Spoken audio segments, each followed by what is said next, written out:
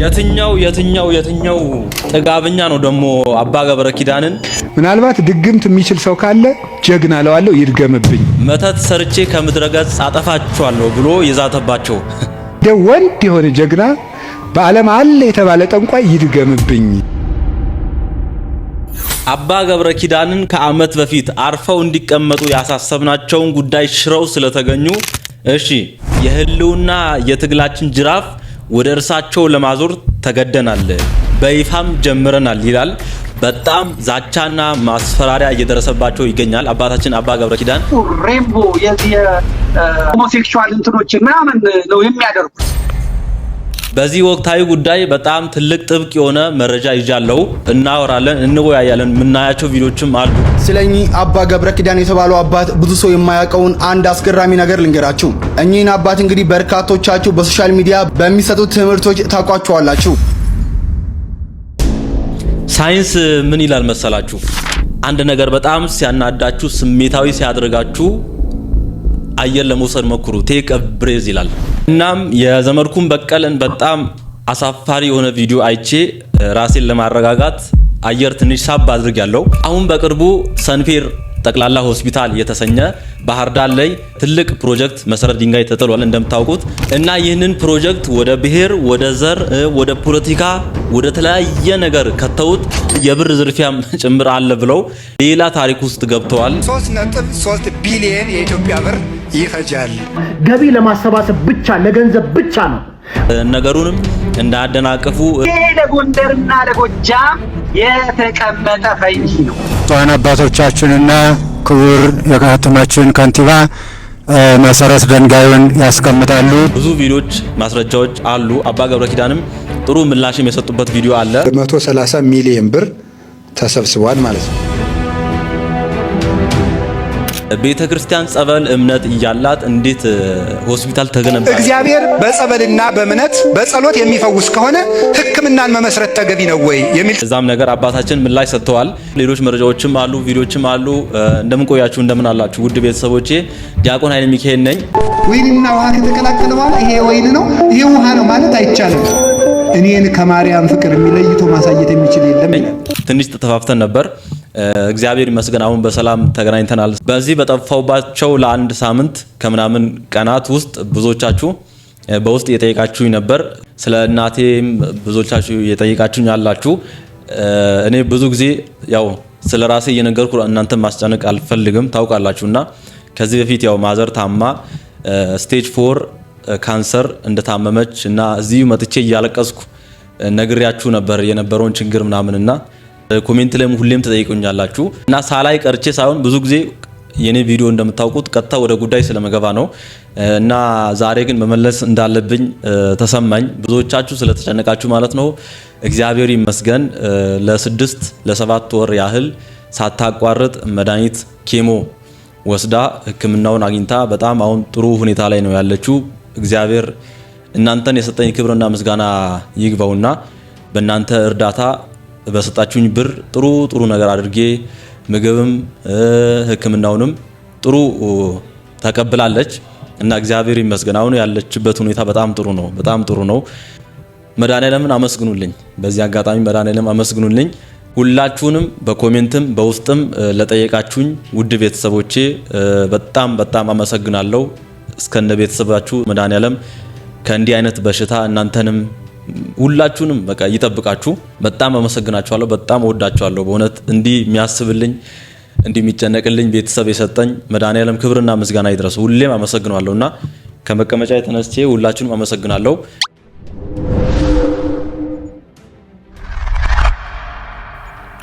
እሺ ቀጥታ ወደ ዛሬ ቪዲዮ እንግባ እስቲ።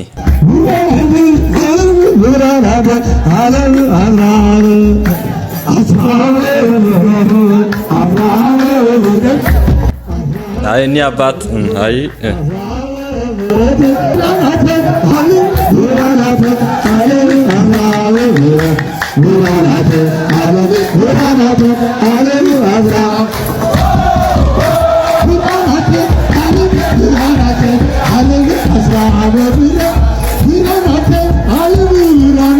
አሁን ምን እንበላቸው? እሺ እኔን አባት በተደጋጋሚ ተነገራቸው ሊሰሙ አልቻሉም።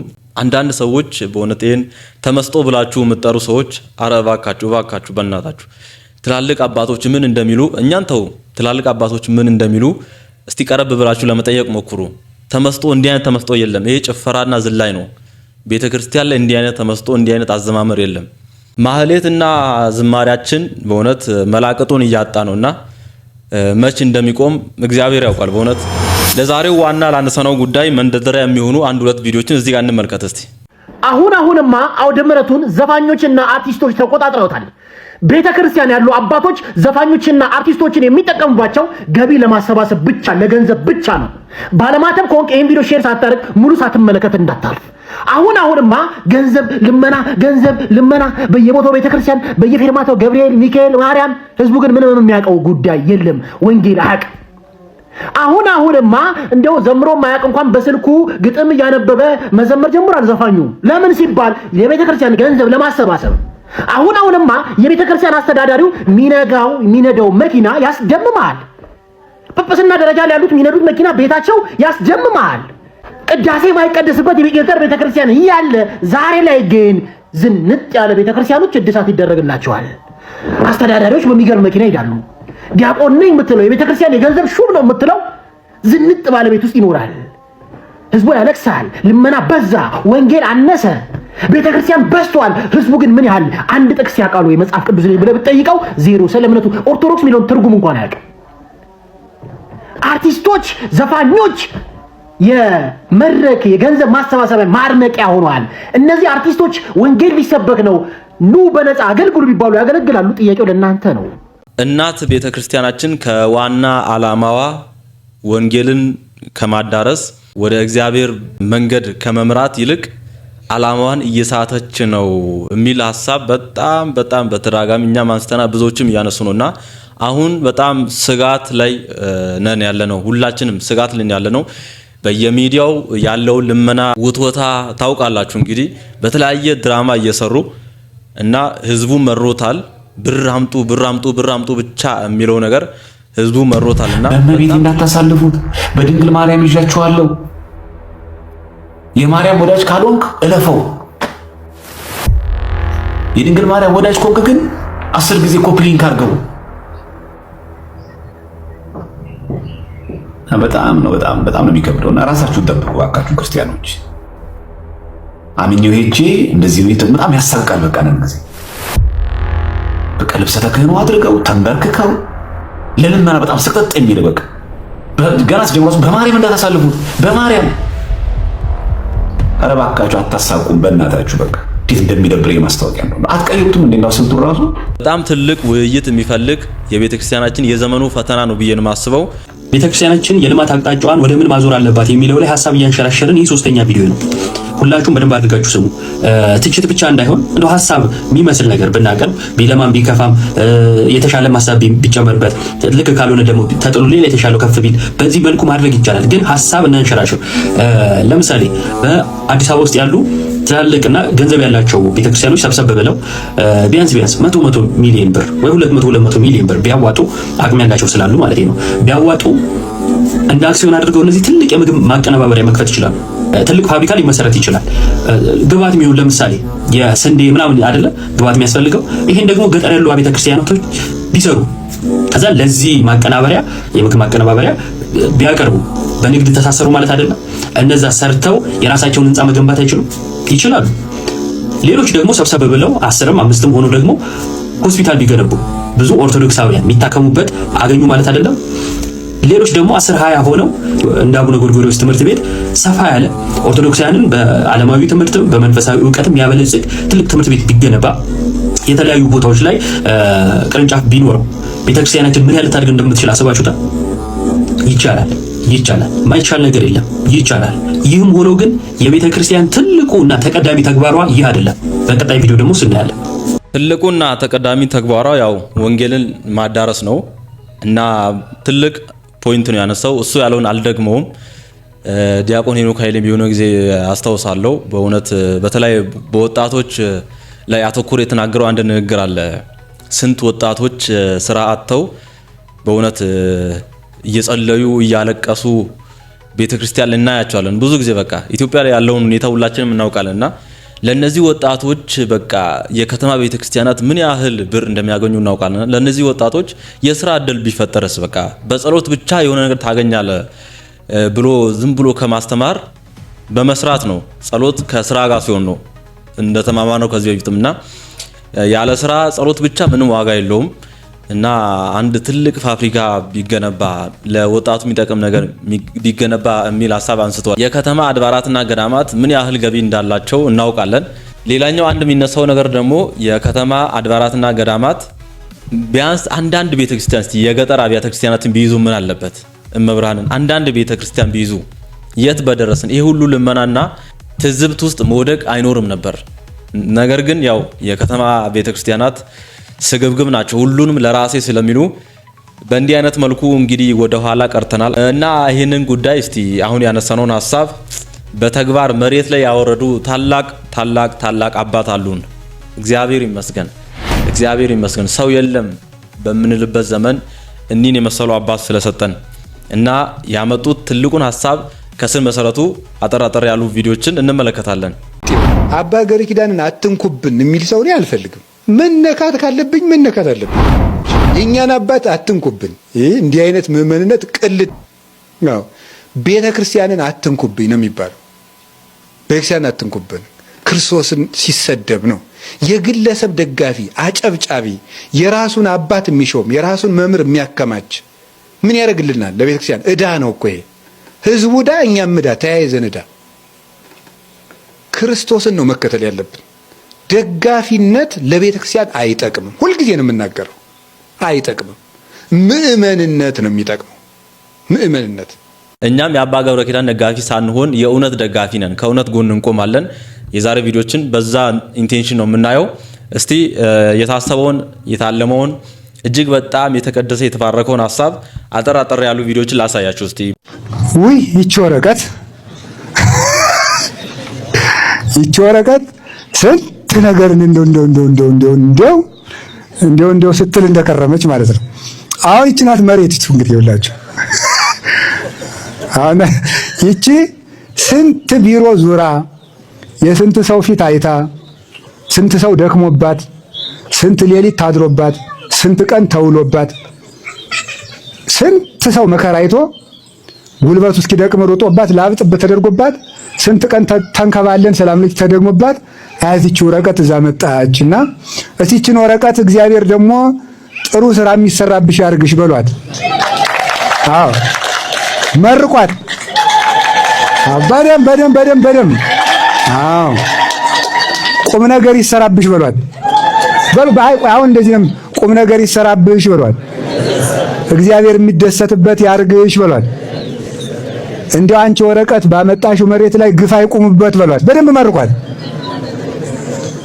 የመንግስተ ሰማያት ስራ ይሰራብሽ በሏት። ሁሉም ሰው የሚጠቀምበት ያርግሽ በሏት። ባይድና ዘመድ የሚያምንና የማያምን ሩቅና ቅርብ የማይለይብሽ ያርግሽ በሏት። በሉ ሁሉም ይጠቀምባት። በእውነቱ እንደ እግዚአብሔር ምሕረት ለሁሉም የምትጠቅም ያደርግልን። ይህንን ቪዲዮ ውድ ቤተሰቦችን ለመስራት ስዘጋጅ በእውነት በደንብ ያሉ ጉዳዮችን በዚህ ሆስፒታል ዙሪያ ያሉ ጉዳዮችን ስመለከት ቪዲዮችን ሳይ የታቀደው ነገር እኔ ከአይምሮዬ በላይ ነው የሆነብኝ። በእውነት ሆስፒታል በቃ ሰንፔር ይባላል፣ ሰንፔር ጠቅላላ ሆስፒታል ይባላልና ሆስፒታል ዝም ብሎ ሆስፒታል ነበር የመሰለን እኛ። ነገር ግን በጣም ውስጡ ላይ በጣም ብዙ ነገር የሚሰራበት ሆስፒታል ነው የሚሆነው ካለቀ በኋላና አሁን ቪዲዮችን እንመለከታለን። መድኃኔዓለም ይህንን ያሳሰበ አምላካችን እሱ ያስፈጽመን ለፍጻሜው ያብቃን ነው የምንለው እና በደንብ እንመለከታለን ያሉ ጉዳዮችን። እንግዲህ እቺ ወረቀት 30,000 ስኩዌር ኪሎ ሜትር የሚያህል ባህር ዳር ላይ የሚያህል ቦታ የካርታ ፕላን ናት ማለት ነውና በእውነት ሁላችንም መርቀናል። እግዚአብሔር ፍጻሜውን ለማየት ያብቃን። እኔ በህይወቴ ዘመን ለመጀመሪያ ጊዜ የመንግስት ቢሮ የሄድኩኝ ይህን ፕሮጀክት ይዤ ነው። ሂጄ አላውቅም። በምስራቅ በምዕራብ ይገባም አላውቅም። ፖለቲከኛም ተዋውቄ አላውቅም። እግዚአብሔር በሚያውቀው ዘንድሮ ብቻ ሄድኩኝ። ሲጨንቀኝ አንዳንድ ጊዜ ነው ከመስሪያ ቤቱ ሄድኩኝ። ሲጨንቀኝ የምለው የጉባኤ አምላክ እርዳኝ ነበር የምለው። የጉባኤ አምላክ እርዳኝ። እኔና 64ቱ ደቀ መዛሙርት በገዳሙ የሚኖሩ መናንያን አንዲት ሰላም ለኪ ስንጸልይ ከአንድ ቢሮ ተፈርሞ ይወጣል። አንዲት ሰላም ለኪ ስንጸልይ አንድ ቢሮ ተፈርሞ ይወጣል። እንዲያው ይገርማቸዋል። አይ ቂርቆስማ መምህርነቴን ጠልጦት ነው የቂርቆስ ዕለት ለምን አንድ ነገር አይደረግም ስል የመጋቢት ቂርቆስ ዕለት ክቡር ርዕሰ መስተዳድሩና ቦርዱ እንደፈረሙ ሰማሁ ማለት ነው። ስለዚህ እውነትም በዚያ ድንጋይ ያመነ አያፍርም። ያ ድንጋይ ማን ነው? ኢየሱስ ክርስቶስ ነው። ዛሬ የመድኃኔዓለም ዕለት በጣም ይገርማቸዋል። የመድኃኔዓለም ዕለት እዚህ መሰረቱን እንድንጥል ያደረገብን ምክንያት የጉባኤያችን ጌታ ክርስቶስ ነው። እሱ ስለሆነ ያደረገልን መድኃኒቱም ክርስቶስ ነው። በዚህ ቦታም የሚተኙትን ታካሚዎች እንዲፈውሳቸው የምለምነው እሱን ነው። እሱ ራሱ ሐኪሞችን እጃቸውን እየተጠቀመ እንዲፈውስልኝ እሱን እለምነዋለሁ። በብፁዓን አባቶች ይጸልዩልናል። እነሱ እግዚአብሔር በዚህ ቦታ ተገኝቶ እንዲፈውስ ፈቃዱ ይሁንልን። አምላቃ የሆነ ፖለቲካ ውስጥ ገብቶ ሊጨመላለቁ ሴራ ሊያሲሩ ቀርቶ ለመጀመሪያ ጊዜ የመንግስት መስሪያ ቤት ሄዱና የፖለቲካ ሰው የተዋወቁትን እኒን አባት በእውነት ምን ውስጥ ከተው ምን እንዳሏቸው ስሰማ እስካሁን ድረስ አይምሮዬን ያመኛል። እውነት ይሄ አይገባቸውም፣ ለኒ አባት ይሄ አይገባቸውም። በእውነት ወደ በኋላ የምንመለከታቸው ቪዲዮዎች አሉ። አንዳንድ ኦርቶዶክሳውያንም እዚህ ነገር ውስጥ ገብተው ስላየው ብዙ ጽሁፎችንም እያየው ነበርና ኮሜንቶችንም እያየው ነበርና እኒን አባት በእንዲህ አይነት ተልካሻ ነገር ጠርጥረው እንዲህ ሲያወሩ በጣም አመመኝ ነው የምላችሁ። በእውነት ብዙ ጊዜ ትላላችሁ፣ በተለይ በዘመርኩን ዙሪያ ተረጋጋ እስቲ ዘመርኩን የሆነ ማስረጃ መረጃ ሳይዝ አያወራም እና ዲያቆን ተረጋጋ ትሉኛላችሁና እስቲ እናንተም ልክ ናችሁ ብዬ በቃ ለመረጋጋት ሞክሬ ነው ራሱ ይሄን ቪዲዮውን መሰራላችሁ እና ዘመርኩን እንዳለው ቢሆን ብዙ ነገር ማውራት ይቻል ነበርና የናንተን ኮሜንት መሰረት አድርጌ ነው ተረጋግቼ ማወራው። ብቻ የተባሉት ነገር በጣም አሳፋሪ የሆነ ነገር ነው እና እስቲ ሌሎች ቪዲዮችንም እናያለን። ይሄን ሆስፒታል ማን እየጣለው ነው ተብላችሁ ብትጠየቁ ከቅድስት ቤተክርስቲያን መንፈሳዊ ዩኒቨርሲቲዎች አንዱ እየጣለው ያለው ሆስፒታል ነው ማለት ነው። የቅድስት ቤተክርስቲያን ያንዱ ዩኒቨርሲቲዋ ፕሮጀክት ነው ማለት ነው። ይህ ግዙፍ ዓላማን ይዞ 300,000 ካሬ ሜትር ቦታ ላይ መሰረቱን ያደረገ 9 ዓመታትን የሚወስድ ነገር ግን ለእልፍ ዓመታት የቤተክርስቲያን ብሎም የሀገር ጌጥና ችግር ፈቺ የሚሆን የሕክምና መንደር ነው ሰምፔር ጠቅላላ ሆስፒታል። ለመገንባቱ አስፈላጊነትና አንኳር ዓላማዎችን ርዕሰ ሊቃውንት አባ ገብረ ኪዳን ግርማ ያብራራሉ። ያላመኑትም ያመኑትም የኢትዮጵያ ሕዝቦች በሙሉ በስጋቸው የሚያርፉበትን ሕክምና ለመስጠት እግዚአብሔራዊ ግዴታችንን ለመወጣት ነው። ቅድስት ቤተክርስቲያን በሕክምናው ዘርፍ የነበራትን ጥንታዊ ጥበብ ለማስቀጠል ያለም መሆኑንም ርዕሰ ሊቃውንት አባ ገብረ ኪዳን ገልጸዋል። በሕገ መንግስት፣ በስነ ጽሁፍ ሀገርን ሰላም በመስጠትና ድንበር በመጠበቅ በማስከበር፣ በታሪክ ጥበቃ፣ በደን ጥበቃ፣ በሰላም በዚህ ሁሉ ያበረከተችውን አስተዋጽኦ በሕክምናውም ዘርፍ ለመግለጥ ይህንን ሆስፒታል መግለጥ ወይም ማበርከት አስፈልጎናል ማለት ነው። ጠቅላላ ሆስፒታሉ የቤተሰብ እንክብካቤና ደህንነት ማዕከል፣ ሁሉን አቀፍ የቀዶ ሕክምና እንዲሁም ሀገር በቀል የሕክምና ማዕከልና የሕክምና ኮሌጅን ጨምሮ ሌሎች በርካታ ማዕከላትን ያካተተ መሆኑም ተገልጿል። ሶስተኛ ጉባኤ ቤታችን የፈውስ ጉባኤ ነው። ስለዚህ ጉባኤ ቤታችን የኃጢአት ህመምን በንስሐ ይፈውሳል። የድንቁርና ህመምን በእውቀት ይፈውሳል። የጤና ህመምን ደግሞ በጸበል፣ በምህላ ጸሎት፣ በዳዊት፣ በእምነት፣ በሌሎችም የቤተ ክርስቲያን ጸሎቶች የሚፈውስ ቢሆንም ነገር ግን እግዚአብሔር በቸርነቱ በሰጠን የፍጥረት ጥበቃ ፍጥረት ሁሉ እንዲፈወስ ሕክምናውንም እንቀበላለንና መመስረት አስፈልጎናል። ውብና ክቡር የሆነ እንቁ የሚል ትርጉም ባለው ቃል ሲሰየመው ሰምፔር ጠቅላላ ሆስፒታል ክቡር የሆነውን የሰው ልጅ ህይወት ከሱስና መሰል ህመሞች ለመፈወስ አልሞ የሚሰራ መሆኑንም ርዕሰ ሊቃውንት አባ ገብረ ኪዳን ገልጸዋል። ሌላኛው ተስፋ ለቆረጡት ወገኖች ተስፋ ለመስጠትና የመጨረሻው ሰው ለመፍጠር ነው። በሱስ የጠፉ ወጣቶችን ወንድሞቻችንን ከሱስ ሪከቨሪ አድርገው አገግመው የሚፈወሱበት፣ ወጣቶቹ ያልገቡት ከሱስ የሚጠበቁበት፣ ለሀገራችንና ለቤተ ክርስቲያናችን በሱስ እየጠፋውን በልምድ የታሰረውን በኃጢአት የጎሰቆለውን ወጣት ጠግኖ ለቤተ ክርስቲያንም ለሀገርም ሰው ለመፍጠር ነው። አቤት አቤት! ምን አይነት ግሩም ድንቅ የሆነ የመንፈስ ቅዱስ ሐሳብ ነው። ይሄ የሰው ሐሳብ አይደለም። በእውነት ይሄ የሰው ሐሳብ አይደለም። እድሜ እንደ ማቱሳላ ይስጦት አባቴ፣ እድሜ እንደ ማቱሳላ ይስጦት። መርቋቸው ባካችሁ። 9 ዓመት የሚወስድ ትልቅ ፕሮጀክት ነው። እንግዲህ በሕክምና የሪከቨሪ ተቋማት እንዲሁም ዩኒቨርሲቲዎች፣ ትምህርት ቤቶች ራሱ ያሉበት ነው። በጣም ትልቅ ፕሮጀክት ነው። በጣም ትልቅ ለሀገርም ለወገንም የሚጠቅም ሰፊ ፕሮጀክት ስለሆነ ነው እንግዲህ ሰይጣን እዛም እዚህም ያሉትን የግብር ልጆቹን ያስነሳባቸው። እውነት በጣም ትልቅ ፕሮጀክት ነው። ወደ በኋላም አንድ የምናየው ቪዲዮ አለ። በእውነት ቤተክርስቲያን ቅድም ብያቸዋለሁ እምነት ጸበሉ ምናምን እያለ እንደ ሆስፒታል ተገነባናች ለሚለው ጥያቄ እንዲሁም ቤተክርስቲያን ከሳይንስ ጋር ያላትን ሪሌሽንሺፕ ወደ በኋላ የምናነሳው ጉዳይ ይሆናል። እስቲ አሁንም አንዳንድ ፋክቶችን ለሆስፒታሉ እንመልከት። 3.3 ቢሊዮን የኢትዮጵያ ብር ይፈጃል። ቀጥሎ ህክምናውን የህክምና ሴንተሩን ሆስፒታሏን አንዷን ሴንተር ሰርቶ ለማጠናቀቅ በግምት ከ2 ዓመት እስከ 3 ዓመት ሊፈጅ ይችላል ማለት ነው። ሰርቶ እንደተጠናቀቀ ስራችን እንጀምራለን ማለት ነው። ከዚህ በመቀጠል እሰይም ውስተ ጽዮን የመጨረሻ ንግግሬ ነው ይሄ። እሰይም ውስተ ጽዮን እብነ ማይዘንት ውስተ መሰረታ ህሪት ወክብርት እንተ ብዙ ሴጣ የተከበረውን የተፈተነውን እውነተኛውን የመሰረት ድንጋይ በጽዮን አኖራለሁ። ትንቢተ ኢሳይያስ ምዕራፍ 28 ቁጥር 16 ላይ። ሌላኛው ተስፋ ለቆረጡት ወገኖች ተስፋ ለመስጠትና የመጨረሻው ሰው ለመፍጠር ነው። አንድ ፈላስፋ እንዲህ ብሎ ነበር። ዲዮጋኖስ የተባለ ፈላስፋ ነው። መብራት አብርቶ በገበያ መሀል እየዞረ ምን ሻማ አብርቶ ምን ጠፍቶ ነው ቢሉት ሰው ጠፍቶኝ ብሏል። ምን ነው ይሄው የሚንጫጫው ሰው አይደለም ምን ቢሉ የሚያስብ ሰው ነው የጠፋኝ ብሏል። ስለዚህ ምንድነው እኛም በዚህ ህክምና የፈለግነው ሰው ለመፍጠር ነው። በሱስ የጠፉ ወጣቶችን ወንድሞቻችንን ከሱስ ሪከቨሪ አድርገው አገግመው የሚፈወሱበት፣ ወጣቶች ያልገቡት ከሱስ የሚጠበቁበት፣ ለሀገራችንና ለቤተ ክርስቲያናችን በሱስ እየጠፋውን በልምድ የታሰረውን በኃጢአት የጎሰቆለውን ወጣት ጠግኖ ለቤተ ክርስቲያንም ለሀገርም ሰው ለመፍጠር ነው። ሰው መፍጠር የእግዚአብሔር ዓላማው ስለሆነ በዚህ ምክንያት ሆስፒታሉን መስርተናል። ወንጌልም እንዲፋጠን ገንዘብ ካገኘንበት ደግሞ ወንጌል እንዲፋጠን በተለይም ደግሞ የኢትዮጵያ ኦርቶዶክስ ተዋሕዶ ቤተክርስቲያን 3ቱ ሰንሰለቶቿ የሚባሉት ክህነት፣ ምንኩስናና ትዳር እነዚህ 3ቱ እየፈረሱና እየደፈረሱ ስለሆነ ገንዘብ ካገኘን መንፈሳዊ ፕሮጀክት ቀርጸን ከሀገረ ስብከታችን ጨምሮ መላው የኢትዮጵያ ኦርቶዶክስ ተዋሕዶ ቤተክርስቲያን ጉባኤ ቤቶች ወይም ብፁዓን አባቶች በተቀበሉንና በር በከፈቱልን መንገድ እየሄድን ከሌሎች ጉባኤ ቤቶች ጋር በመሆን 3ቱ የቤተ ክርስቲያን እየተሰበሩ ያሉት ልጅ አስተዳደግና ኦርቶዶክሳዊ ትዳር፣ ክህነት፣ ምንኩስና እንዲጠገኑ ከዚህ ሆስፒታል በሚገኘው ገንዘብ እንሰራበታለን። ዓለምን ደግሞ በሕክምና እናገለግልበታለን። ይህ ዓላማችን ነው። ፕሮጀክታችን የሚያካትታቸው ይዘቶች የመጀመሪያው መልቲ ትራውማ ሴንተር አለው። መልቲ ትራውማ ሴንተር ማለት ምን ማለት ነው? ብዙ ጉዳቶች የደረሱበትን ሰው አንዴ የሚታከምበት ሴንተር ማለት ነው። የምንገነባው እዚህ ቦታ ሆስፒታል ብቻ ሳይሆን ይሄ ምን ሜዲካል ቪሌጅ ነው ወይም የሕክምና መንደር የሕክምና ምድር ነው የምንመሰርተው።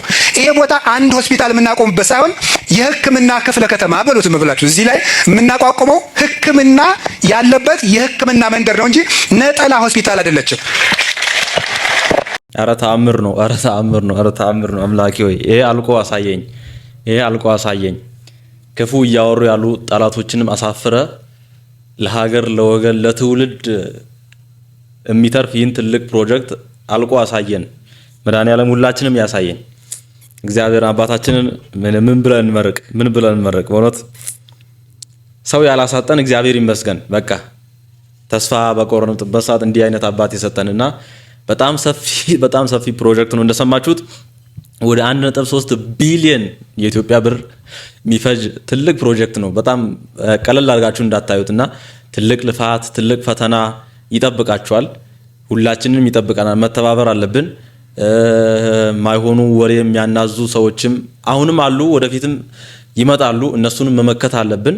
ፍጻሜውን መድኃኒዓለም ያሳየን በእውነት። ስለኚህ አባ ገብረ ኪዳን የተባለው አባት ብዙ ሰው የማያውቀውን አንድ አስገራሚ ነገር ልንገራችሁ። እኚህን አባት እንግዲህ በርካቶቻችሁ በሶሻል ሚዲያ በሚሰጡት ትምህርቶች ታውቋቸዋላችሁ። እናም እኚህ አባ ገብረ ኪዳን የተባሉ አባት በስማቸው የየትኛውም የባንክ አካውንት የለ ሲሆን ወደፊትም እንደማይኖርና ቀሚስም ገብረ ማርያምና ወለተ ማርያም የተባሉ ግለሰቦች እንደሚገዙላቸው ተናግረዋል። አባ ገብረ ኪዳን ደሞዝ የላቸውም። የሚከፍላቸው ጠፍቶ ሳይሆን ስለማይፈልጉ ነው። የዕለት ጉርስም የሚያገኙት ከሚያገለግሉበት ገዳም የሚሰጣቸው ዳቤ ነው። እሳቸው የሚያስተምሯቸውን ትምህርቶች በዩቲዩብ ተለቀው የሚገኘው ገቢ ለገዳሙ ነው የሚገባው። አሃቲ ድንግልና ከዚህ በፊት የጻፏቸው መጽሐፍቶችም ተሸጠው ገቢው ለቤተ ክርስቲያን ይውላል። በእሳቸው ኪስ የሚገባ ምንም ብር የለም። ፈጣሪ እንደነዚህ አይነት አባቶችን አብዝቶ ይስጠን። እንዲሁም ለአባታችን ረጅም እድሜና ጤና እንመኛለን። እስኪ ለአባታችን ያላችሁን ፍቅር ኮሜንት ላይ ገለጹልን። ፎሎ ማድረግ እንዳይረሳ። ባለፈው ስለ መነኮሳት ተማማርነው ቪዲዮ ላይ ራሳቸው ሲናገሩ መነኩሴ የባንክ አካውንት ሊኖረው አይገባም ብለው ተናግረው ነበርና የሚያስተምሩትን በእውነት ይሄ ከንቱ ውዳሴ አይደለም፣ ግን በእውነት የሚያስተምሩትን ትምህርት በህይወት የሚኖሩ አባት ብያቸዋለሁ። በቃ በህይወት የሚኖሩ አባት ማንም ይመሰክርላቸው። በቅናት በተንኮል ተነሳስተው ክፉ ነገር ከሚነዙ ሰዎች ውጪ አንድም ሰው ቀርቧቸው ራሱ የሚያይ ሰው ክፉ ነገር አንድም ቀን አገኘን ብለው ማይናገሩባቸው እጅግ በጣም ከእግዚአብሔር የተላኩልን ታላቅ አባት ናቸው። ከንቱ ውዳሴ አይሆንባቸውም። ደግሞ ከሴት ጋር ስለወደቁ ክለብ ላይ ጭፈራ ቦታ ስለተገኙ መነኮሳት አባቶች እያወራን በቃ ተስፋ ከመቁረጥ እንዲህ አይነት አባቶችንም እያመሰገን ወደፊት ማምጣት ይገባናል ብዬ ስለማምን ነው። እግዚአብሔር ይጠብቅልን፣ አባታችንን ክፉ አያሰማን።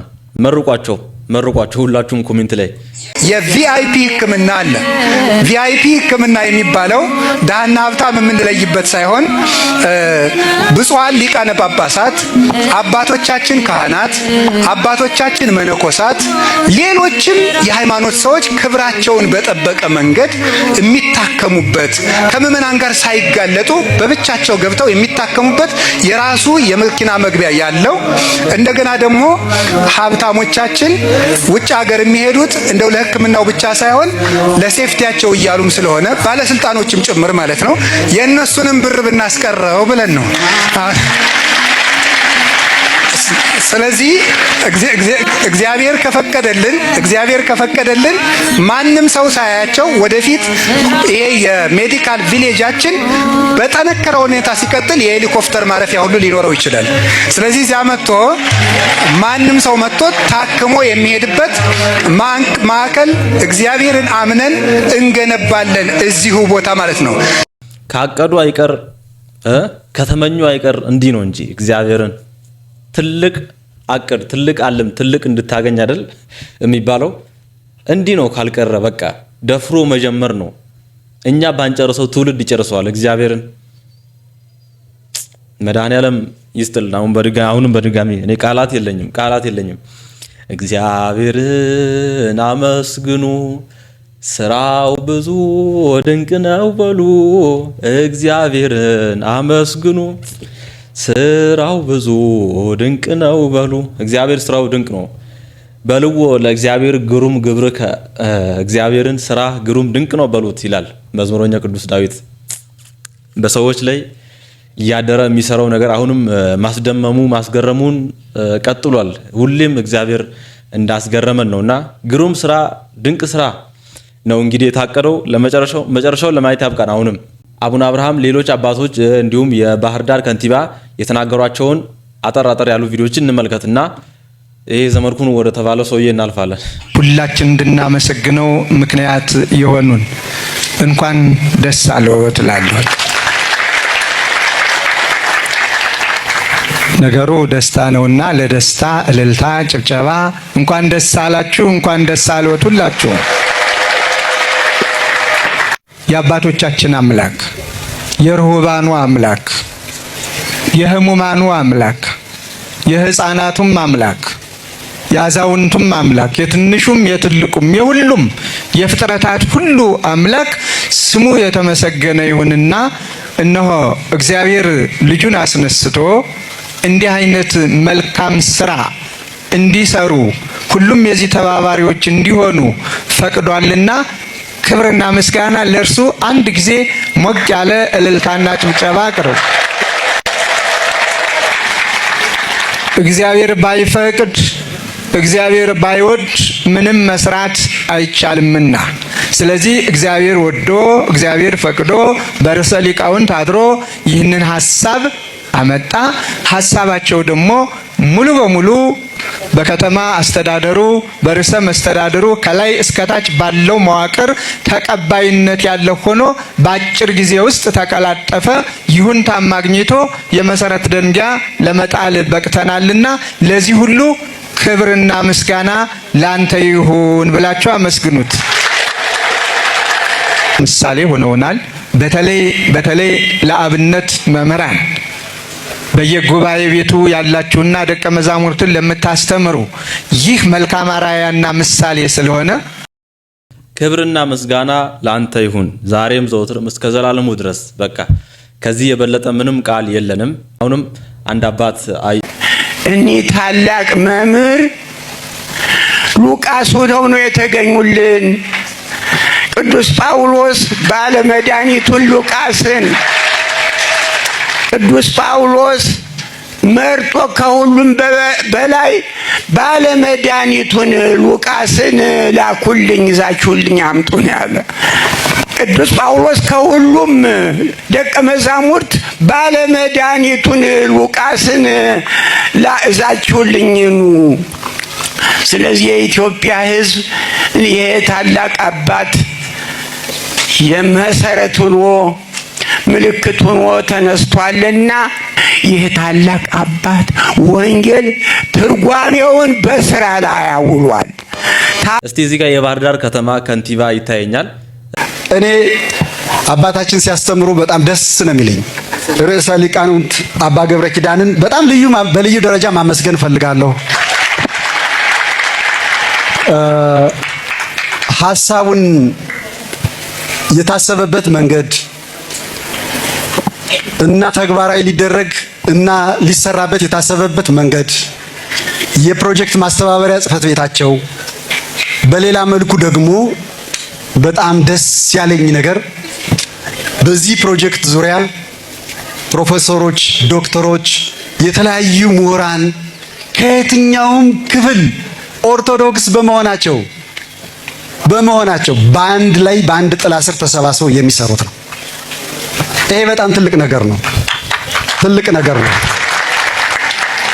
ለበጎ እንደዚህ ማስተሳሰር ማሰባሰብ በጣም ትልቅ ነገር ስለሆነ ይህንን ተግባሮትን አጠናክረው እንዲቀጥሉ አደራ ማለት እፈልጋለሁ። በዚህ ጊዜ መሬቱን ከኛ ጋር ተጠየቃችሁ ጊዜ ጀምሮ ብዙ ሰዎች ይደውሉልኛል፣ እኔ ብዙ ሰዎች ያሳስቡናል እና ያለው ትብብርና መስተጋብር በጣም የሚገርም ነው። ብዙ ሐኪሞች እና ሌሎች ግለሰቦች በዚህ ውስጥ ያላችሁ አስተዋጽኦ በትንሹም ስለማውቅ ይህንን አስተዋጽኦአችሁን አጠናክራችሁ እንድትቀጥሉ እስከ መጨረሻው እንድትዘልቁ ለማሳሰብና ለማመስገንም ጭምር ነው። የባህር ዳር ከተማ ከንቲባም እንዲሁ በዚህ ስራ የተሳተፉ ሁሉንም የመንግስት አካላትንም ማመስገን ይገባናል። እውነት ከአባ ገብረ ኪዳን ቀጥሎ ብቻቸውን ሊሰሩ ምንም ነገር ስለማይችሉ የመንግስት ያው ፈቃድንም እንዲህ በመስጠት የተለያዩ ድጋፎችን በማድረግ የመንግስት ኃላፊዎችንም በጣም ልናመሰግን እንፈልጋለን። ለሰሩት ነገር እስከ መጨረሻው ድረስ አብረው እንደሚሰሩ እርግጠኛ ነን እና አንድ አሁን ያነሱት ነገር ኦርቶዶክሳውያን ብቻ አይደለም ይሄን ነገር ሊሰሩ የሚችሉት። ደግሞ እንደተባለውም ኦርቶዶክሳውያን ብቻ አይደለም እዚህ ቦታ ሄደው እንዲታከሙ የታቀደው ሁሉም ሙስሊሙ፣ ጴንጤው በቃ ሃይማኖት፣ ዘር፣ ብሔር፣ ጎሳ ሳይለይ ነው ሁሉም ሄዶ እዚህ ቦታ ላይ እንዲታከም ፈውስ እንዲያገኝ እቅድ የወጣውና ሁሉም ተባብሮ ነው መስራት ያለበት። በቃ ጎሳ፣ ሃይማኖት ምናምን ከተለያየ የሚቻል ነገር አይደለም። በጣም ሰፊ ፕሮጀክት ነው እንደሰማችሁትና በዚሁ አያይዘን ቤተክርስቲያን፣ ሆስፒታል ምን ልትሆን ነው የምትገነባው? ጸበል አላት፣ እምነት አላት፣ ፈዋሾች ናቸው ይባላሉ እና መታችሁ ተጠምቃችሁ ትድናላችሁ የሚባል ነገር አለ እና ለምንድን ነው ሆስፒታል ደግሞ ይሄ ሁሉ ብር አውጣችሁ ቅድም እንደተናገርነው ከ1.3 ቢሊዮን ብር በላይ አውጣችሁ ሆስፒታል የምትገነቡት የሚል ጥያቄ ይነሳል። አባታችን ምን አሉ እስቲ በዛ ጉዳይ? አንድ ሁለት ጥያቄዎችን መመለስ ይጠበቅብኛል። የመጀመሪያው እግዚአብሔር በጸበልና በእምነት በጸሎት የሚፈውስ ከሆነ ሕክምናን መመስረት ተገቢ ነው ወይ የሚል ጥያቄ ሊነሳባችሁ ይችላል። በጸበል አንድንም፣ በጸሎት አንድንም፣ ቤተክርስቲያን ተሳልመን አንድንም፣ ጸልየን አንድንም፣ ለምንድን ነው ሕክምና መመስረት ያስፈለገን ሲባል እንዲህ ብለን ማንሳት አለብን። የመጀመሪያው ሕክምና የእግዚአብሔር ፈቃድ ነው። በመጽሐፈ ሲራክ ምዕራፍ 38 ቁጥር 3 ላይ ወልደ አፍቅሮ ለአቃቤ ሥራይ ልጄ ባለመድኃኒትን ውደደው እውቀቱ ከእግዚአብሔር የተገኘ ነውና ይላል። እጽዋቱን ያበቀላቸው እግዚአብሔር ለሐኪሞችም የሕክምና እውቀትም የሰጣቸው እሱ ነው። ስለዚህ ኦርቶዶክሳዊት ቤተክርስቲያን ቴክኖሎጂን የምትነቅፍ ሳይንስን የምትጎትት ሳይሆን ሳይንስ ሳይወለድ ስልጣኔን ይዛ የተገኘች የስልጣኔና የወደፊት ጉዞ ሁሉ ማህደርና እናት ናት። ከዚህ የተነሳ እግዚአብሔር ራሱ ሕክምናን ክርስቲያን ፈቅዷል። የቤተ ክርስቲያን ሊቅ የሆነው ቅዱስ ጎርጎርዮስ ዘኑሲስ በሃይማኖተ አበው ምዕራፍ 37 ቁጥር 3 ላይ ሲናገር እንዲህ ብሎ ይናገራል። ኢናስተዓጽብ ትእዛዞ ወተግሳጾ ለካህን እስመ አቃቤ ሥራይ መፈውሰ ነፍስ ውእቱ። በእውነት የካህኑን ትእዛዝ አንጸየፈው፣ አንሰቀቀው፣ ምክንያቱም ካህኑ የነፍስ ሐኪም ነውና። ህድግሰ አቃቤ ሥራይ ዘነፍስ፣ እንኳንስ የነፍስ ሐኪም ይቅርና አቃቤ ሥራይ ዘሥጋኒ ወሶበ ይበው ውስተ ቤተ ድውይ፣ ወደ ታመመው ሰው በገባ ጊዜ ይላል ይእዝዝ ከመ ይታቀብ እመባሊት እኩያት። የታመመውን ሰው ሐኪም እንኳን ይህን አትብላ ይህንን ብላ ብሎ ይከለክለዋል። የማይድን ከሆነ ደግሞ ሰውነቱን ይቆርጠዋል፣ ይበጣዋል ይላል። ስለዚህ ተመልከቱ፣ ሕክምና ከቤተ ክርስቲያንም የተወለደ ሳይንስ ነው። እውነት ለመናገር በእርግጥ በቀድሞ በሐሞራውያን ዘመነ መንግስት ባቢሎናውያን እና ሩቅ ምስራቆች የሕክምና ስልጣኔ ይኖራቸው ቢሆንም ከመጽሐፍ ቅዱስም ሕክምና ቀጥታ ተወስዷል። ለምሳሌ አንድ ነገር ልንገራቸው። አንድ ሰው 70% የሕክምና መረጃ የሚገኘው ከታማሚው ኢንፎርሜሽን ነው። ምን ክናሟል በማለት ሐኪሞች የሚያገኙት። ስለዚህ ምን ማለት ነው? አንድ ሰው በሽታኛውን ለሐኪሙ እንደሚናገር ኃጢአታችን ለንስሐ አባታችን እንናገራለን። ሰምቶ ብቻ እንደማይድነው ሁሉ ደግሞ አንድ ሰው ሕክምናውን በሽታውን ለሐኪሙ ሲናገር ፈውስ እንደሚያገኘው ሁሉ ለንስሐ አባታችን እናገራለን። አንድ ሰው በሽታውን ለሐኪሙ ተናግሮ ብቻ አይድንም፣ ትእዛዙን በማዳመጡ ነው እንጂ። አንድ ሰው ተናዞ ብቻ አይድንም፣ የካህኑን ትእዛዝ በማክበሩ ነው እንጂ። አንድ ሰው ለካህን በመንገሩ ብቻ አይጸድቅም፣ ስጋው ደግሞ በመቀበሉም ነው እንጂ። ሕክምና የተወሰደው ከዚህ ነው። ስለዚህ ሐኪም መምረጥ፣ መናገር፣ ኦርደሩን መስማት፣ ክኒኑን ዲስፕሊን ሆኖ መውሰድ፣ ይህ የሕክምና ፕሮሲጀር ነው። የተወሰደው ግን ከክህነት ነው። ጥናት አድርጎ ማጥናት ይቻላል ይሄንን። ስለዚህ እግዚአብሔር ክህነት ፈቃዱ ነው። ሁለተኛ ደግሞ ሲነርጂ ይባላል። በኦርቶዶክሳዊ ነገረ ድነትም ሲነርጂ ነው የሚባለው። ከእግዚአብሔር ፈቃድ ጋር መስማማት ነው። እግዚአብሔር ከኛ ጋር ይሰራል። በፈጠራቸው ሐኪሞቹ አድርጎ የሚሰራው እሱ ራሱ ስለሆነ ነው። እግዚአብሔር ራሱ ምን አድርጓል? ለምሳሌ ልንገራቸው። አንዳንድ ሰዎች እንዴት ቤተ ክርስቲያን በጸበል መፈወስ ሲገባት፣ ይህን ጥያቄ አስረግጬ መመለስ ስላለብኝ ነው። ለምእመናን መፈወስ ሲገባ ለምንድን ነው ሕክምና የምታቋቁሙ? ይህ ከቤተ ክርስቲያን ያርቃል የሚሉ ስላሉ ነው። ለምሳሌ ምእመናን ልንገራችሁ። እግዚአብሔር ብርሃናችን ነው። ፀሐይ አያስፈልገንምን? ክርስቶስ የሕይወት እንጀራችን ነው። እንጀራ መብላት አያስፈልገንምን? ክርስቶስ የሕይወት መጠጣችን ነው። ውሃ መጠጣት አያስፈልገንምን? እግዚአብሔር ጠባቂያችን ነው። ለቤታችን በር መግጠም አያስፈልገንምን? በፍጹም አይደለም። እግዚአብሔርም ብርሃናችን ነው። በፍጥረት አድሮ ይመግበናል። ይሄ ፀሐይ የእግዚአብሔር ነው። በፀሐይ በኩል የሚያበራው እግዚአብሔር ነው። በውሃው በኩል የሚያረካን እግዚአብሔር ነው። በምግብ የሚያጠነክረን እግዚአብሔር ነው። በነፋስ እንድንተነፍስና እንድንኖር የሚያደርገን እግዚአብሔር ነው። በሕክምናም የሚፈውስ እግዚአብሔር ነው። ሕክምና ራሱ እግዚአብሔር ነው። ጌታችን ኢየሱስ ክርስቶስ በዮሐንስ ወንጌል ምዕራፍ 9 ላይ እንደተቀመጠው ዕውሩን ራሱ መፈወስ ሲችል ጭቃ ቀብቶ የፈወሰው ለምንድን ነው? ተፈጥሮን ተጠቅሞ መፈወስም የእግዚአብሔር መንገድ ስለሆነ ነው። በዚህ ምክንያት ሕክምናውን መስርተናል። ከዓመታት በፊት በዚህ ጉዳይ ዲያቆን ሄኖክ ኃይሌ አንድ የተናገረው ነገር አይምሮ ውስጥ ቀርቷል።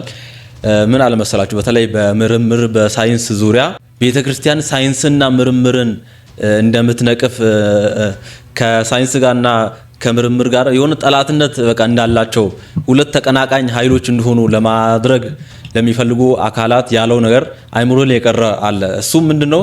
ይሄን አይምሮ እንድንመራመር የተለያየ ነገር ክሬት እንድናደርግ ይሄን አይምሮ የፈጠረው እኮ እግዚአብሔር እኮ ነው። እግዚአብሔር ይሄን አይምሮ ፈጥሮ እንዴት አትመራመሩ ይላል። እንድንጠቀመው የፈጠረውን ነገር ስንጠቀምበት እንዴት ተጠቀማችሁ እንዴት ይላል እግዚአብሔር። የፈጠረው እኮ እግዚአብሔር እኮ ነው። ይሄን ቤተክርስቲያን በፍጹም ከሳይንስ ጋር ምንም የሆነ ግጭት የላትም። አንዳንድ የሚጣረሱ ነገሮች ይኖራሉ። ከቤተክርስቲያን አስተምሮ ጋር የሚጋጩ የሳይንስ ምርምሮች እና እንትኖች አሉ።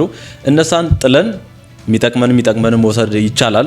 ሁላችንም እንደምንጠቀመው እያንዳንዱ ነገር በሳይንስ እኮ ነው፣ በምርምር ነው፣ በመጠየቅ ነው ክሬት የተደረጉት እያንዳንዱ ነገርና ቤተክርስቲያን ደግሞ ሳይንስን በፍጹም አትቃወምም፣ ጥናትና ምርምርን አትቃወምም። ለዶክተሮቹም እውቀትም የሰጠው እግዚአብሔር ነው። ይሄን እናምናለን። እስቲ ውድ ቤተሰቦች አንድ የሚገርም ቪዲዮ አገኘው። እስቲ ቤልጂየም ላይ አንድ ቪዲዮ እስቲ እንመልከተውና ሐሳብ አለ። በተሳሳተ ብርጭቆ ማቅረብ በቤልጂየም እንደ ስነ ስርዓት ጉድለት ይቆጠራል። የቤልጂየም የቢራ ባህል እስከ ገዳማት ድረስ ይዘልቃል። ዓለማችን ላይ እጅግ የተከበሩት የትራፒስት ቢራዎች በትራፒስት መነኮሳት ገዳማት ውስጥ ወይም በገዳማቱ ቀጥተኛ ቁጥጥር ስር ይመረታሉ። የጥራት ሂደቱን የሚቆጣጠሩት ራሳቸው መነኮሳቱ ሲሆኑ ከሽያጩ የሚገኘው ትርፍም የገዳሙን ወጪዎችና የበጎ አድራጎት ሥራዎችን ለመደገፍ ይውላል። እንደ አውሮፓውያን አቆጣጠር በ2016 ይህ የቤልጂየም የቢራ ባህል በዩኔስኮ የማይዳሰስ የባህል ቅርስ ሆኖ ተመዝግቧል። ዘ ሲኢኦ ክሮኒክልስ የሚል ቻናል ዩቲዩብ ላይ አለ። በጣም የሚመቸኝ ቻናል ነው እና ይህን ቪዲዮ ከመስራቴ በፊት አሁን አካባቢ እያየው ነበር። ዛሬ ከምናነሳው ጉዳይ ጋር ተገናኝቶብኝ እስቲ ላካፍላችሁ ብዬ ነው ያመጣሁት። እንዳያችሁት ቪዲዮን ቤልጂየም ላይ ያው የቢራ መጠጥ በጣም ከ1500 በላይ ቪዲዮ ላይ እንዳየሁት ከ1500 በላይ የቢራ አይነቶች የተለያዩ የቢራ አይነቶች ይመረቱባታል እና የቢራ ኢንዱስትሪው በጣም ሰፊ ነው። እንዳያችሁት መነኮሳቱ እዚህ ቢዝነስ ላይ ኢንቮልቭ አድርገው ተሳትፈው ያንን ከዛ የሚያገኙትን ለተለያየ በጎ ዓላማ ራሳቸውን ለመርዳት በኢኮኖሚ ራሳቸውን ለመቻል ሲጠቀሙበት ያለ መረጃ ነውና ልክ አይደለም ልትሉት ትችላላችሁ።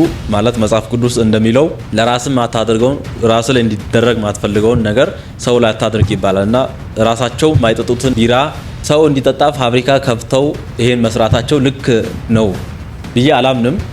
ግን አንድ የተረዳሁት ነገር ምን ያህል በአይምሮ ሰፋ ያሉ እንደሆኑ አንድን ነገር ጥሩ ጎኑን ተቀብለ ለምትፈልገው ዓላማ ማድረግ እንደምትችል በቃ ጥሩ ጎኑ ምንድነው? በኢኮኖሚ እነዚህ ይሄ ገዳሙን ይረዳል፣ ራሳቸውንም ይችሉበታል፣ ድሆችንም ይረዱበታል ከዚህ የሚገኘው ነገር እና በውጭ ሀገር ያሉ እንደዚህ አይነት ገዳማት ራሳቸውን ለመቻል ድሆችን ለመርዳት እንዲህ አይነት ቢራ ውስጥ ራሱ ገብተው ኢንቮልቭ በሚያደርጉበት በዚህ ዘመን አንዳንድ ሰዎች ይህንን ሆስፒታል ለመቃወም ሲሞክሩ በጣም ነው ያዘንኩትና እስቲ እንመልከተው።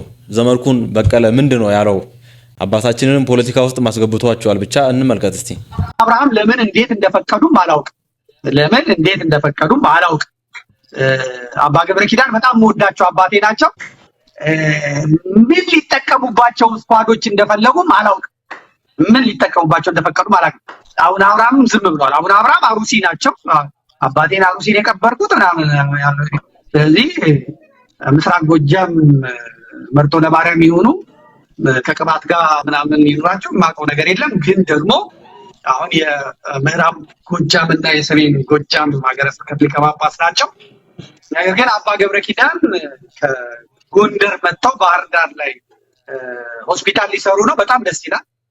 ሁላችንም እንተባበራቸዋለን። ግን መሰረት ድንጋዩ ሲቀመጥ በብፁዕ አቡነ አብርሃም ሀገር ላይ የደቡብ ጎንደር ሀገረ ስብከት ሊቀ ጳጳስ መጥተው የመሰረት ድንጋይ የሚያስቀምጡበት ምክንያት ይሄ ለጎንደርና ለጎጃም የተቀመጠ ፈንጂ ነው። ፓትርያርኩ በሌሉበት እንኳን የመሰረት ድንጋይ ሲቀመጥ ፓትርያርኩ ይጠራሉ። የሀገረ ስብከቱ ሊቀ ጳጳስ ነው እዛ ቦታ ላይ የሚጠራው እንጂ የሌላ ሀገረ ስብከት ሊቀ ጳጳስ የሰሜን ጎንደር ሀገረ ስብከት ሊቀ ጳጳስ መጥቶ ባህር ዳር ላይ አረ በእናታችሁ ይሄ ምን አይነት ሰው ነው? በእናታችሁ አረ በሰኔ ክፉ መናገር አልፈልግም፣ ግን እስከዛሬ ድረስ ክፉም ደጉም ተናግሯል። ልክ የሆነበት ፓርት ይኖረዋል፣ ልክ ያልሆነበት ፓርት ይኖረዋል ዘመድኩን በቀለ። በዚህ ጉዳይ ግን በእውነት ይሄ የተናገረው አሁንም እንጨርሳለን አለ ቪዲዮ ግን በዚህ ጉዳይ የተናገረው ነገር እስካሁን ድረስ በቃ ይሄ ሰውዬው የምርም እያነሳቸው ባለው ሐሳቦች ልክ ነው አስብሎኛል። እውነት ምን አይነት ጨለማ ውስጥ ያለ ሰው ነው? ምን ውስጥ ነው የገባው? የምን ፈንጅ ነው የምታወራው? ጎጃምና ጎንደር ውስጥ የተቀመጠ ፈንጅ ነው ያለው። አረ በፈጠረ በእናት ሌላ ፖለቲካ ውስጥ አትግባ። ምንድነው ይሄ? አሁን ሌላ መለያየትን ለመፍጠር መሰረት ድንጋይ ማስቀመጥ ይሄ እኔ አሁን እንዲህ ነው ብዬ የተቀደሰውን ዓላማ ማፍረስ አለ። አፈረስከው። አባ ወልደ ኪዳን ከቅንነትና ሐሳቡን እንትን ከማለት እንጂ የፖለቲካ ጌሙ የገባ እሳቸውም ተናግረዋል። የመንግስት ቢሮ ለመጀመሪያ ጊዜ ነው የገባሁት ብለዋል። ፎቶዎቹን ካያችሁ ለመጀመሪያ ጊዜ በአማራ ምድር በዘመነ ብልጽግና የኢትዮጵያ ሰንደቅ ዓላማ ተኮትቶ መጣ። ህዝብ እንዲያየው ተደርጎ የብልጽግና ሰዎች ከአማራ ክልል ከአዳራሻቸው ከቢሮአቸው አጥፍተው ሰማያዊ፣ ጥቁር፣ ሬንቦ ሆሞሴክሹዋል እንትኖችን ምናምን ነው የሚያደርጉት። አሁን ግን ለመጀመሪያ ጊዜ ነው የገባው። ውድ ቤተሰቦች ይቅርታ አድርጉልኝና የምን ግብረ ሰዶም ነው የምን ሬንቦ ነው የሚያወራው? በእናታችሁ የምን ብልጽግና እንትን ምናምን ነው። በስመ አብ ወልድ። እንኳን ይሄ ነገር እዛ ከጎንደር ተነስተው ባህር ዳር ላይ ሊተክሉት ቀርቶ አዲስ አበባም ወደ ደቡብም ወደ የትም የኢትዮጵያ ክፍል ሆኖ በተሰራለን ይሄ ነገር ለሁላችንም የሚጠቅም ነገር ባለቀልን። ምንድነው አሁን ይሄ ዘረኝነት መሆኑ ነው እንግዲህ አይደል? ከጎንደር መጥተው ለምን ባህር ዳር ላይ የጎንደር ሀገረ ስብከት ሊቀ ጳጳስ እንዴት ባህር ዳር መጥተው የትም ለምን ደቡብ እዛ ውስጥ ገብተው አያስቀምጡም? የሚጠቅመን ከሆነ ምን ችግር አለው? ቦታው ጥሩ ቦታ ቢሆን ደቡብ ውስጥ ከተገኘ ወደ ሰሜን፣ ወደ ደቡብ፣ ወደ ምስራቅ፣ ወደ ምዕራብ፣ መሀል ከተማ የትም ቦታ ለምን አይሆንም? ለምንድን ነው የሚጠቅመው ይሄ ሐሳብ? ምን እንዲጠቅመን ነው አሁን መስነግረን? ይሄን ጊዜ ለመጀመሪያ ጊዜ አባ ወልደ ኪዳን ባቀረቡት ቶሎ አምጣልኝ ወንድም አለ እዛ ልኬልሃለሁ ዛሬ ወልደ ኪዳን ባቀረቡት ነገር ላይ እንግዶች ተሰብስበው ከኋላ የኢትዮጵያ ባንዲራን አድርገው አይቻለሁ ማለት ነው። ከኋላ የኢትዮጵያ ባንዲራን አድርገው አይቻለሁ። በሚገርም ሁኔታ ፍጠን አንተ ዛሬ ፈጣኑ እንጂ ልኬልሃለሁ። ተመልከቱ። ይሄ እንግዲህ ጎሹ እንዳለማው ከንቲባው በጎጃምና በጎንደር አካባቢ ጳጳሳት ምናምን የመጡት ጥላ የተደረገላቸው ራሱ አረንጓዴ ቢጫ ቀይ ነው እና አማራን ልታጃጅለው ስትፈልግ አረንጓዴ ቢጫ ቀይ ታሳየዋለህ ማለት ነው። ለዛ ጎንደርና ጎጃሜን ለማጣጣም ከፈለክ እስክስ ማለት ብቻ ነው። ጎንደር የቴዎድሮስ ሀገር ጎንደር ያለቀለት አሞቱ ነው የሚፈሰው አለ። ከዛ አይናገርም አይጋገርም። አዝማሪ ብቻ አቅርበህ እያስገዘገዝክ የኔ ጀግና ማለት ነው። አፍንጫ የተደፈጠጠውን ሰውዬ የኔ ሰልካካ ብቻ ካልከው አለቀ። መቶ በመሸጥ እና አዝማሪ ይወዳል ማለት ነው። እና ባንዲራ ካሳየው ደግሞ ያው ቀላል አይደለም። እና የኢትዮጵያ በሳቅ ነው የሞቱት ለመጀመሪያ ጊዜ የመንግስት ባለስልጣናት የኢትዮጵያ ሰንደቅ ዓላማ ያው ኮተቱ የሌለበት ይሄን ሰውዬ ይሄን ሐሳቡን ተቀብለው ሊያራግቡ ሊደግፉ የሚፈልጉ ሰዎችን ሳይ ነው እኔ እንደው ውስጥ ደግሞ ይበልጥ ደግሞ እርድብን የሚለው። በስመ አብ ወልድ። አሁን እሺ ምንድነው ቆይ እያወራ ያለው ነገር ሊያስረዳ የሚችል ሰው አለ? እውነት ማለት ቅድም ያነሳው ነገር አይታችኋል። ሆስፒታል ነው የሚገነባው ለሁሉም እንኳን ለአማራ፣ ለጎንደር፣ ለጎጃም ሳይሆን ለሁሉም ከሃይማኖት ከእምነት ውጪ ለሆኑ ሰዎች ጭምር የታሰበ የታቀደ ነገር ነው። ሆስፒታል ነው የሚገነባውና ብልጽግና ግብረ ሰዶም ጎንደር ጎጃም ምናምን ይሄ ሁሉ ነገር ፖለቲካ አማራን ሊጎዳ ነው ምናምን ምንድነው የሚያወራው ይሄ ሰውዬ? ቆይ ምንድነው የሚያወራው? ሊያስረዳ የሚችል ሰው አለ? ይሄ ፍጹም ጥላቻ ይሄ ፍጹም ጨለምተኝነት ካልሆነ ምንድነው ይሄ? ይሄን ተቀበላችሁ የምታራግቡ ሰዎች፣ ይሄን ተቀበላችሁ ሼር የምታደርጉ ሰዎች ደግሞ ምናችሁን ነው የሚያማችሁ? እግዚአብሔርን አረተው አረ እየመረመርን እንቀበል። አባ ገብረ ኪዳን ያስተማሩትን የምትወዷቸው አባት የምንወዳቸው አባት ናቸው። ትምህርታቸውን የምንቀበል አይደል? አንድ ጊዜ ምን አሉ? ማንም እንደ አህያ እየመጣ አይጫንባችሁ፣ አህያ አትሁኑ ብለዋል። እውነት የምትወዱት ዘመድኩን በጣም በቃ አንዳንድ ለማምለክም የምትደርሱ ሰዎች አላችሁና እየመረመራችሁ በእናታችሁ እየመረመራችሁ ተቀበሉ ሁሉንም እሱ ያለውን እና ብዙዎች በጣም ያቃጠለኝ ያው ፌስቡክ ላይ ምን አላነብላችሁ ያ ሁሉ እሱን ደግፈው እንትን ለማለት የሞክሩ ሰዎች የጻፉ ሰዎችንም እያየው ነው። ያሳዝናል። ሴራ አለ፣ የታቀደ ቦምብ ምናምን ምንም የለም። አንተ ዝም ብለህ አይምሮ ላይ በዚህ በጨለማ አይምሮ የፈጠርከው ነገር ነው። ልንገር ምንም ሴራ የለውም። ምንም አታወሳስብ። በጣም ብዙ ነገር እጅ ላይ እንዳለ አታስመስል። ምንም ነገር የለም። የታቀደው ነገር ሰምተናል። ሁሉም ነገር ካሁኑ ገና ሳይጀመር ለማደናቀፍ የሚሞክሩ እንዲህ አይነት የሰይጣን ፈረሶችን ነው እግዚአብሔር ይንቀልልን። በእውነት ይሄ ዘረኝነት የሚባል ይሄ ጨለምተኝነት እውነት ከሀገራችንም ከቤተክርስቲያናችን መች እንደሚጠፋ ነው። ብዙ ለማደናቀፍ የሚሞክሩ የሰይጣን ፈረሶች አሉና እንጠንቀቅ። ማንም አይጫንብን እንደ አህያ። ዘረኝነትን መድኃኒዓለም ከሀገራችን ያጥፋልን ልን ነው የምፈልገው። ክርስቲያን ሆኖ ዘረኛ ከሚሆን ሰው ከሃዲ ሰው ይሻላል። ይሄ በጣም ከፍተኛ የሆነ ኃጢአት ነው። እኛውን ኃጢአት የሚመስለን ወይ ነፍስ መግደል ብቻ ነው ወይ ስርቆት ብቻ ነው። ዘረኝነት ግን የክርስቶስን አካሉን እየቆራረጡ የተለያየ ቦታ የማስቀመጥ ያህል ታውቃላችሁ። እስቲ አንድን ሰውዬ ወዳለሁ እያላችሁ ቀኝ እጁን ቁረጡና ሌላ ቦታ አስቀምጡት። ግራ እጁን ቁረጡና ሌላ ቦታ አስቀምጡት። አይኑን አውጡና ተወዱታላችሁ ይባላል። እንዲህ ብታረጉ ቤተ ክርስቲያን የክርስቶስ አካል ናት። የዚህ ሀገር ተወላጅ ስንል ማንን የምንቆራርጠው? የክርስቶስን አካል። ከዚህ በላይ አይሁድስ አንድ ቀን ነው የሰቀሉት። እኛ ስንት ቀን ነው ክርስቶስን እየከፋፈል ነው ያለ? አይሁድ አንድ ቀን ብቻ ነው የሰቀሉት። እኛም ክርስቶስን እየሰቀልን ነው በመለያየት በክፋት። ይሄ ልቡናችን ካልነጻ እግዚአብሔር አይዘበትበትም። ከናዝሬት ደግሰው ይወጣል። እንዲሁ ከቃሉ ጋር ናቸው። እግዚአብሔር ሁላችን ጋር ይሁን። ትዕቢታችን ይጥለናል። እውነቴን ልንገራችሁ፣ እኛ ጻድቃን፣ እኛ ኢትዮጵያውያን፣ እኛ ቅዱሳን፣ እኛ ለምን እንደዚህ ባል እኛ የለም። የሚያድነን የክርስቶስ መንገድ። ክርስቲያን ሆኖ ዘረኛ ከሚሆን ሰው ከሃዲ መሆን ይሻላል። አለማመን፣ እግዚአብሔር የለም ብሎ መካድ፣ በድንግል ማርያም በቅዱሳን አለማመን ይሻላል። አይታችኋል እስኪት ደረጃ እንደሆነ። የክርስቶስን አካል ነው የምትቆራርጡት። ክርስቶስ አንድ ያደረገውን አካል ነው የምትቆራርጡት። እኔም እናንተም አንድ ነን በክርስቶስ ደም። ዘረኛ ስትሆኑ እንቆራረጣለን። እንዲህ መሐላችን ላይ ግንብ ነው የሚሆነው። ቃለ ሕይወትን ያሰማልን አባታችንና እንደዚህ አይነት ዘረኞችን ሰሜን ጎጃም ምናምን ባህር ዳር እያሉ ለመከፋፈል የሚፈልጉ ሰዎችን እባካችሁ አንስማ። የታቀደውን ነገር ሁላችንም አንድ ሆነን ከግብ እናድርስ። ብር ለማስገባት የምትፈልጉ ምናምን ያቅማችሁን ነገር ለማድረግ የምትፈልጉ እኔ እዚህ አካውንት አላስቀምጥም። ፈውስ መንፈሳዊ ዩቲዩብ ላይ በግልጽ አለላችሁ። ኮሜንት ላይ ምስቲ ለማስቀመጥ ሞክራለሁ። አስቀምጥ ካላችሁ ፈውስ መንፈሳዊ ላይ ዩቲዩብ ቻናል ላይ ሄዳችሁ እዛ ቪዲዮን እያያችሁ ትክክለኛው አካውንት አለ። አካውንት ነምበር ብርም የምትችሉትን ነገር ማድረግ ትችላላችሁ ማለት ፈልጋለሁ። እስካሁን ድረስ እስቲ ምን ያህል እንደተሰበሰበ ምናምን እዚህ ጋር ይታየኛል፣ እንመልከት። 130 ሚሊዮን ብር ተሰብስቧል ማለት ነው። በመልእክት ብቻ ሳናያቸው የሰጡን ሰዎች ቁጥር ማለት ነው። ይሄንን ሰጥተውናል።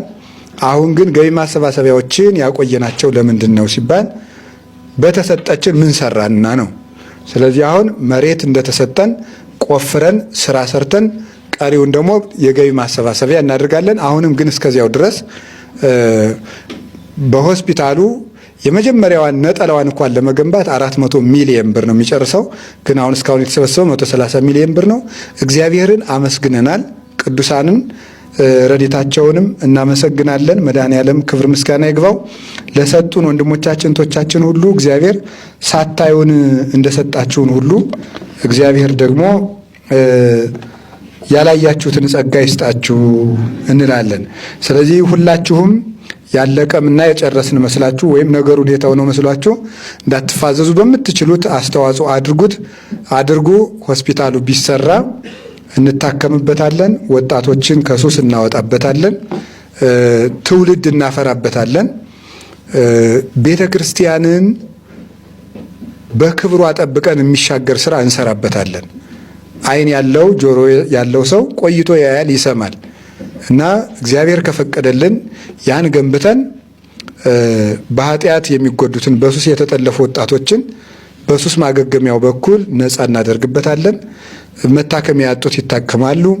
አባቶቻችን ሊቃነ ጳጳሳት፣ ካህናት፣ መነኮሳት ክብራቸው በተጠበቀበት ቦታ እንዲታከሙ ይደረጋሉና አንደኛው ይሄ ስጋዊ ጥቅሙ ነው። መንፈሳዊ ጥቅሙ ግን ገቢ የሚገኝበት ከሆነ በዚያ ገቢ ትልልቅ ስራ እንሰራበታለን ማለት ነው።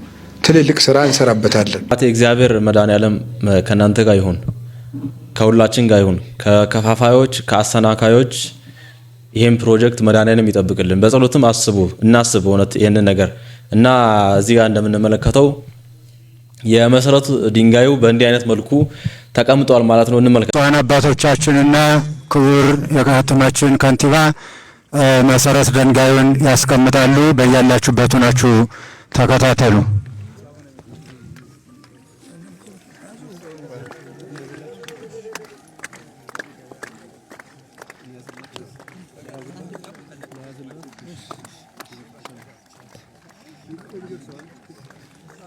አሁን ብፁዓን አባቶቻችን ብፁዕ አቡነ ዘካርያስ፣ ብፁዕ አቡነ ኤልያስ፣ ብፁዕ አቡነ አብርሃም፣ ብፁዕ አቡነ ሚካኤል፣ ክቡር የከተማችን ከንቲባ አቶ ጎሹ የመሰረት ድንጋዩን እያስቀመጡልን ነው።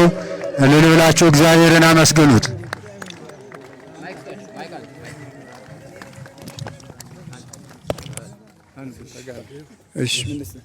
አነ እግዚአብሔር ፈዋሲከ እኔ ፈዋሽህ እግዚአብሔር ነኝ።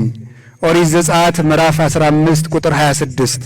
በኢትዮጵያ ኦርቶዶክስ ተዋሕዶ ቤተክርስቲያን በደቡብ ጎንደር ሀገረ ስብከት የርዕሰ ገዳማት ወአድባራት ጣና ቅዱስ ቂርቆስ አንድነት ገዳም የአራቱ ጉባኤያተ መጻሕፍት ምስክር ትምህርት ቤት ጠቅላላ ሆስፒታል በብፁዕ አቡነ ሚካኤል የደቡብ ጎንደር ሀገረ ስብከት ሊቀ ጳጳስ፣ በብፁዕ አቡነ ዘካርያስ የምዕራብ ጎጃም ሀገረ ስብከት ሊቀ ጳጳስ፣ በብፁዕ አቡነ ኤልያስ የስዊድንና ስካንዲኔቪያን ሀገሮች ሊቀ ጳጳስ፣ በብፁዕ አቡነ አብርሃም የባህር ዳርና የሰሜን ጎጃም አህጉረ ስብከት ሊቀ ጳጳስና ሊቃውንተ ቤተ ክርስቲያን በተገኙበት ሰኔ 27 ቀን ክቡር ከንቲባ አቶ ጎሹ የባህር ዳር ከተማ አስተዳደር ተቀዳሚ ከንቲባ በተገኙበት ሰኔ 27 ቀን 2018 ዓመተ ምህረት በባህር ዳር ከተማ የመሰረት ድንጋይ ተቀመጠ።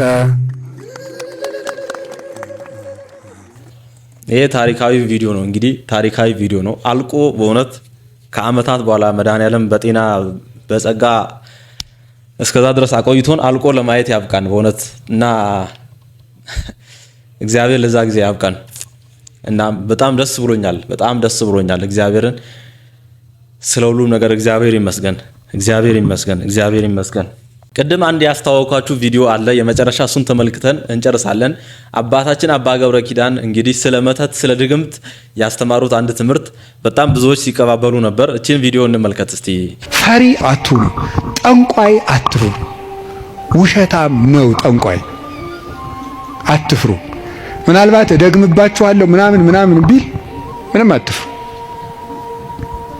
አሁን ይሄ ድሮማ ምን ያደርገ ይሄ ጠንቋዩ ሁሉ ጨው በቂጣ ቅቤና በርበሬ አንድ ላይ ሆኖ በገጠር በነገራችሁ ላይ ጨው የሚባል በርበሬ ነው እና በጣም ይገርማል። እና በጨው እንጀራ በላው ካልክ ሳልት አይደለም እንትን ነው በርበሬ ነው። እና በጨውና በቅቤ ተቀብቶ ቂጣ ያንን ያዞሩና አጋንንቱ ምናምን ብለው ደጋሞት ቱቱቱ ብለው መንገድ ላይ በቃ እያማተበ መብላት ቄስ ተማሪ ተመስገን ይላል። በስመ አብ ወወልድ ወመንፈስ ቅዱስ ግጥም አድርጎ ለምን አረ የሰይጣን እንጀራ የለውም። ማን አባቱ ነው ለሰይጣን እንጀራ የሰጠው? ይክርፋታም ድሃ ምንም የለውም። ማምላክን ሰይጣን ደግሞ የት አባቱ ነው እንጀራ ያለው? ደግሞ እሱ መቼ የቆፈረውን መቼ የፈጠረውን እንጀራ ነው። እንጀራን ለሰይጣን አትስጡ። ምንም ለምንም አትስጡ። አትደንግጡ። በእስራኤል ላይ ጥንቆላ በያዕቆብ ላይ ሟርት አይሰራም አይደለም ይለው የእግዚአብሔር መጽሐፍ እንደዚህ ነው። የእግዚአብሔር ስም የጸና ግንብ ነው። እኔ ሁል ጊዜ እናገራለሁ፣ የካህናት ስልጣን አሰጥም እናገራለሁ። ምናልባት ድግምት የሚችል ሰው ካለ ጀግና ለዋለሁ ይድገምብኝ ብያውቃለሁ። አሁንም ይቻላል። እንደ ወንድ የሆነ ጀግና በዓለም አለ የተባለ ጠንቋይ ይድገምብኝ ብያውቃለሁ። ይኸው አሁንም የምትሰሙ ካላችሁ ድገሙብኝ። እኔ በጌታችን በመድኃኒታችን በኢየሱስ ክርስቶስ ስም ፍጹም አምናለሁ። ምግባሬ ከሰው ድሃ ልሆን ይችላል። በክርስቶስ ስም ግን ቀልድ የለም። ስሙን በስመ አብ ወወልድ ወመንፈስ ቅዱስ በጠራሁት ጊዜ ውዬ ባድር አንዳች እንደማይዞረኝ አምናለሁ። እውነቴን ልነግራችሁ። አሁን እኔ ሰው በጫማ ይደገምበታል በምናምን ይችላል። እኔ ጫማዬን ትቼው ነው የምመጣው፣ ውጭ ትቼው ነው የምገባ። መድገም ይቻላል። 4 ነጥብ። ምንም አልሆነም። እናቱ ድንግል ማርያም ለኔ መጠጊያዬ ናት። በእናትነቷ ምንም ቢሆን ከሷ አቅፍ እጠጋለሁ። እንደዛ ከሆነ ደግሞ ምንም ሊሆን አልችልም። ማመን እምነት ማለት እንግዲህ ይሄ ነው። ከልብ ሲሆን ሲናገሩ ራሱ ያስታውቃል። የማስመሰል ምናምን እምነት ያይደለ። አቤት አቤት አቤት! ምን አይነት አባት ናቸው! ምን አይነት አባት ናቸው! ከንቱ ውዳሴ አይኑባቸው። መድኃኔዓለም ከከንቱ ውዳሴ አይቅጠርባቸው። እኛ የምናመሰግነውን ውዳሴ ምስጋና በእውነት ሰው ብዙ ጊዜ ሲያመሰግን ያው ትንሽ ከባድ ነው። በጣም ከፍ አድርጎ አንዳንድ ሰው ይሰቅልና ያው ለመጣል ነውና እንደዛ ያድርግባቸው አባታችን። ካመንን አይቀር እንዲህ ነውና መተት ድግምት ምናምን ምንም የለም። ዝም ብሎ ነው። በእግዚአብሔር ካመንን በእግዚአብሔር ከልባችን ካመንን ምንም ነገር አይነካንም። ውድ ቤተሰቦች የዛሬው ቪዲዮዎች ይህንን ይመስሉ ነበር። የዛሬው ቪዲዮ በወቅታዊ ጉዳይ እንግዲህ በጣም ብዙ ነገር አይተናል፣ ብዙ ሀሳቦች አንሸራሽነናል። እግዚአብሔር ስለ ሁሉም ነገር የተመሰገነ ይሁን። ይህን ትልቅ ሆስፒታል ሰምፔር ሆስፒታልም አጠቃላይ ሆስፒታልም ለፍጻሜ አብቅቶ ሁላችንም ያሳየን። እወዳችኋለሁ። ዲያቆን ኃይለ ሚካኤል ነበርኩ። ሌሎች እንዲህ አይነት አስተማሪ ጠቃሚ የሆኑ ቪዲዮዎችን ለማየት ስክሪኑ ላይ የሚመጡላችሁን ቪዲዮዎች ተጫኑ። እዛው እንገናኝ።